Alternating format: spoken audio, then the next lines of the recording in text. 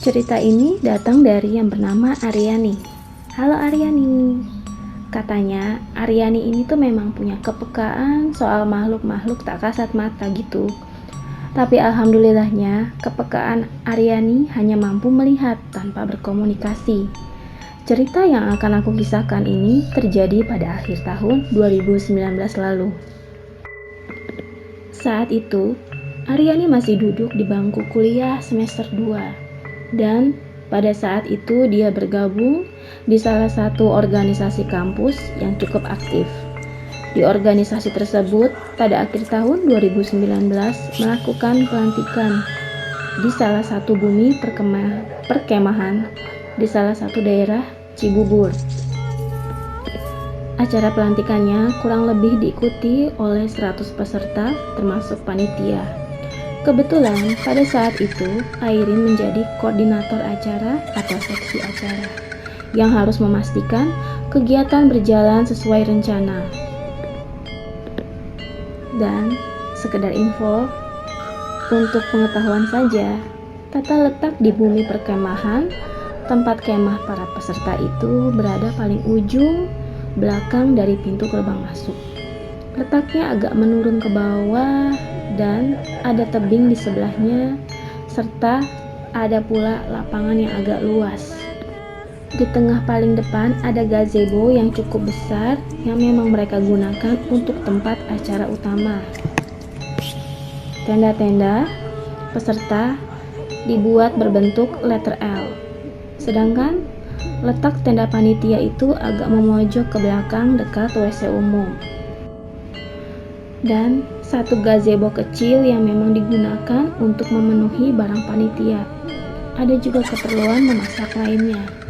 Singkat cerita, di hari pertama, Aryani datang lebih dulu nih sama 4 panitia yang lain untuk sekedar mengecek lokasi dan memastikan tenda sudah terpasang.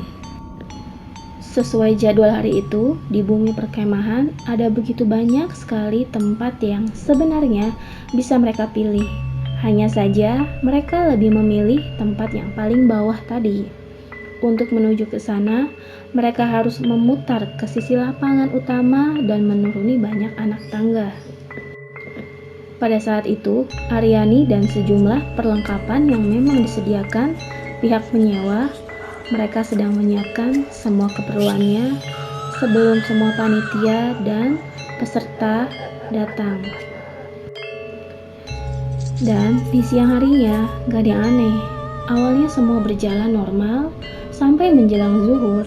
Beberapa rekan pun mulai pamit untuk naik ke atas untuk melaksanakan sholat zuhur di musola. Memang letaknya ada di atas dekat pintu masuk musolahnya. Perempuan lainnya bernama Fani di tenda panitia. Mereka sedang berhalangan, jadi gak ikut sholat. Fokuslah Aryani ngobrol sambil memeriksa walkie-talkie. Mereka menggunakan 10 HT, yang ada 9 HT sedang dicas, yang satunya lagi dibawa oleh Adit.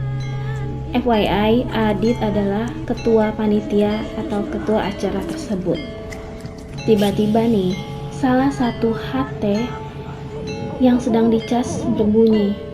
Terdengar ada suara seseorang seperti sedang ingin nyoba HT-nya. Fania yang juga sepertinya mendengar suara HT itu berbunyi dan mencoba diperiksanya kembali dong. Takutnya si Adit mencoba memanggil lewat HT. Si Fania mulai ngitung ulang jumlah HT itu sampai 4 kali. Mereka juga yakin semua HT posisinya itu mati. Mungkin ada yang sengaja kali ya yang nyalain, kata Aryani mencoba untuk menenangkan Fania. Untungnya pada saat itu masih siang, jadi Aryani dan Fania menganggap itu adalah kejadian yang gak aneh.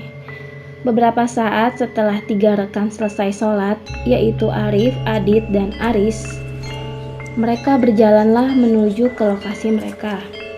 Pada saat itu, Adit berteriak dari jauh, wajahnya nampak kesal sambil menghampiri Aryani dan Fania.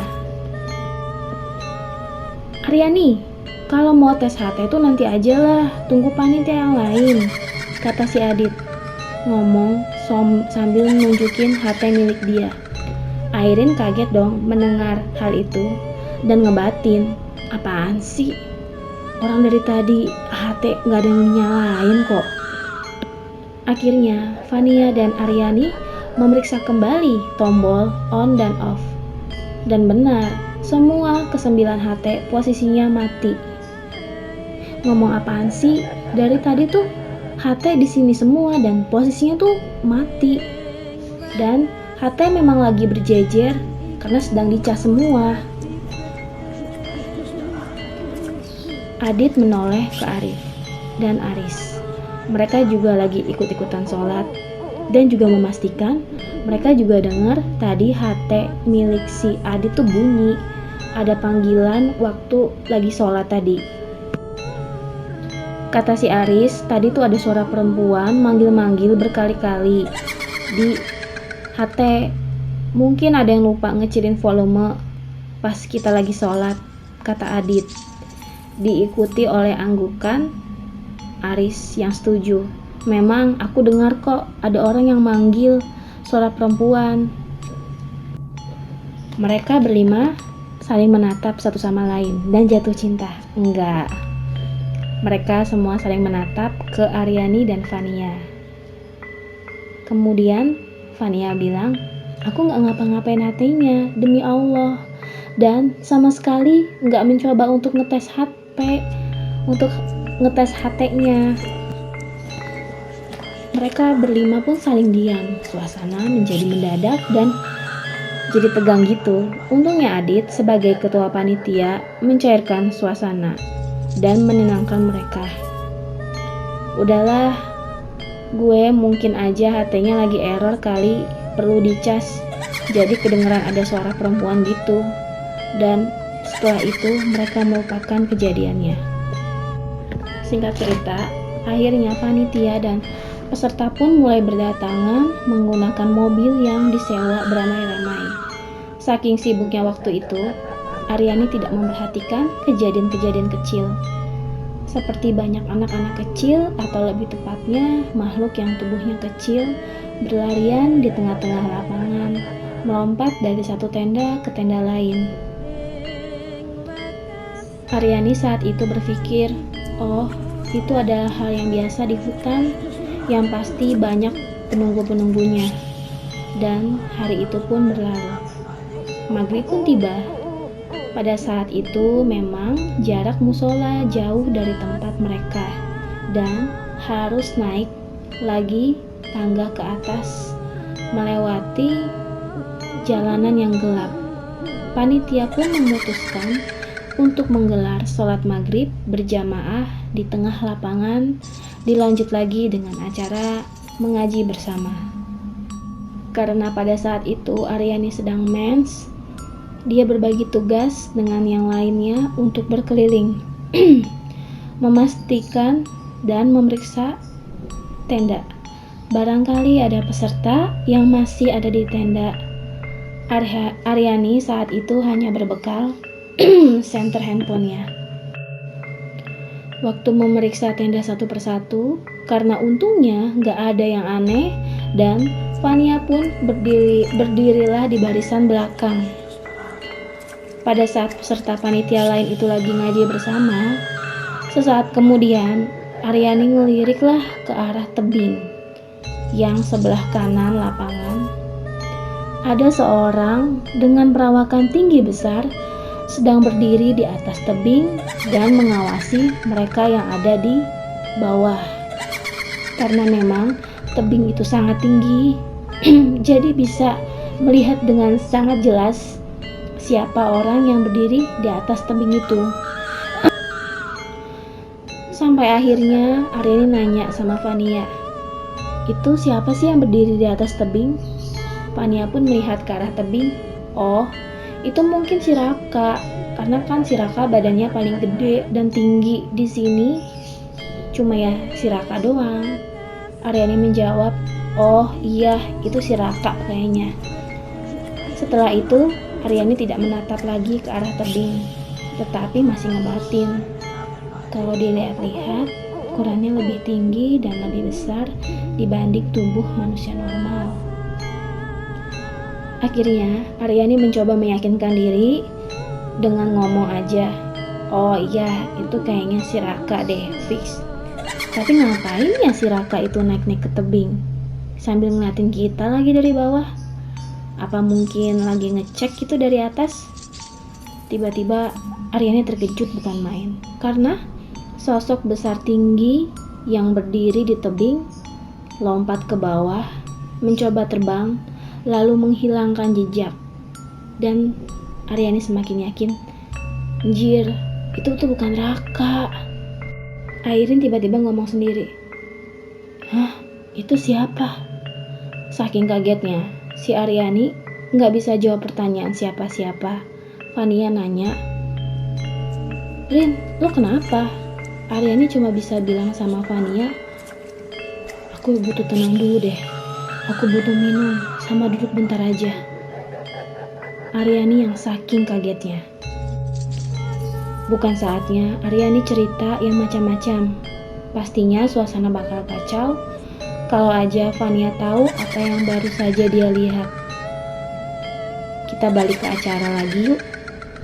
Mereka sedang mengaji bersama, masih berlanjut sampai sholat isya. Sebelum acara malam dengan pengisian materi di gazebo utama. Nggak ada hal-hal aneh lainnya. Semua berjalan lancar. Alhamdulillah, Aryani juga merasa semua berjalan dengan baik. Sampai tiba waktunya peserta istirahat. Karena udah malam, udah jam 11:30 malam. Acara pun ditutup dan semua peserta kembali ke tenda masing-masing. Panitia pun berkeliling. Aryani meminta Adit dan Aris untuk menyisir tenda laki-laki, sedangkan Fania dan Airin menyisir tenda perempuan untuk bisa memastikan semua peserta sudah istirahat. Setelah selesai mengecek semua peserta, Aryani ngomong ke Adit, "Minta tolong nanti semua panitia jangan tidur dulu. Akan diadakan briefing malam dulu sebelum acara. Renungan malam nanti jam 3 pagi. Adit pun memberitahu panitia yang lain untuk melakukan briefing malam, di mana salah satu panitia bertanya untuk meminta bantuan dicarikan tempat yang tepat. Pokoknya harus rada jauh dari tenda peserta sehingga briefing tidak mengganggu istirahat peserta. Digunakanlah tempat di bawah pinggir WC umum, ada sebuah gazebo kecil. Bisa dipakai untuk briefing. Jarak juga aman lah dari peserta. Tidak mengganggu mereka kalau istirahat," kata Adit. Lokasinya agak menurun dan gelap sekali. Airin khawatir karena tempatnya gelap, hanya ada satu lampu di sana. Setelah mendengar masukan dari mereka, Airin pun meminta semua panitia bergegas ke gazebo dekat WC umum. Pasti panitia juga udah banyak yang lelah dan pengen cepat istirahat. Hanya beberapa panitia saja yang Adit minta untuk tetap berada di lapangan untuk bisa menjaga peserta kalau ada yang tiba-tiba bangun atau butuh ke WC umum. Aryani pergilah menyusul panitia yang lain ke tempat briefing tadi. Berbekal senter handphone, jalannya gelap dan juga licin. Ada beberapa genangan air dari WC umum yang masih mengalir. Pada saat itu perasaan Aryani ini udah mulai gak enak. Singkat cerita, setelah Aryani dan semua panitia berkumpul dengan penerangan adanya,